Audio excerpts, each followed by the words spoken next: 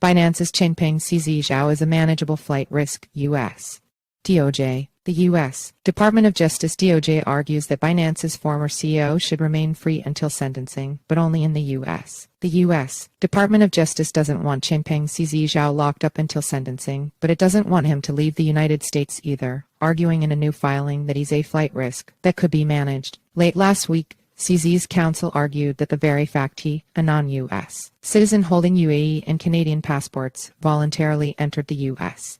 to appear before a court represents that he's not a flight risk. Based on all the relevant facts, including Mr. Zhao's voluntary self-surrender, his intent to resolve this case, and the sizable bail package he proposed, Judge Tsuchida found that Mr. Zhao presents no risk of flight even while residing in the UAE, last week's filing said. But U.S. attorneys pushed back on that, arguing that the potential severity of the sentence would give Zhao incentive to flee back to the UAE, which has no extradition treaty with the U.S. Last week, prosecutors said Zhao, as a citizen of the United Arab Emirates UAE, had minimal ties to the U.S.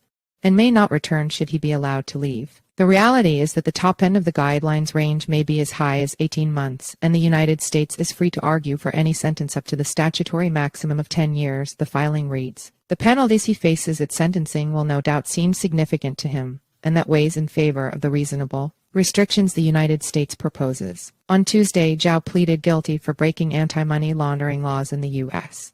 and stepped down as Binance's CEO. The exchange, meanwhile, pleading guilty to multiple criminal and civil charges while agreeing to pay $4.3 billion in penalties, among the largest corporate fines in the history of the U.S. Department of Justice. Fellow former exchange executive Sam Bankman-Fried, who is also awaiting sentencing, remains in custody,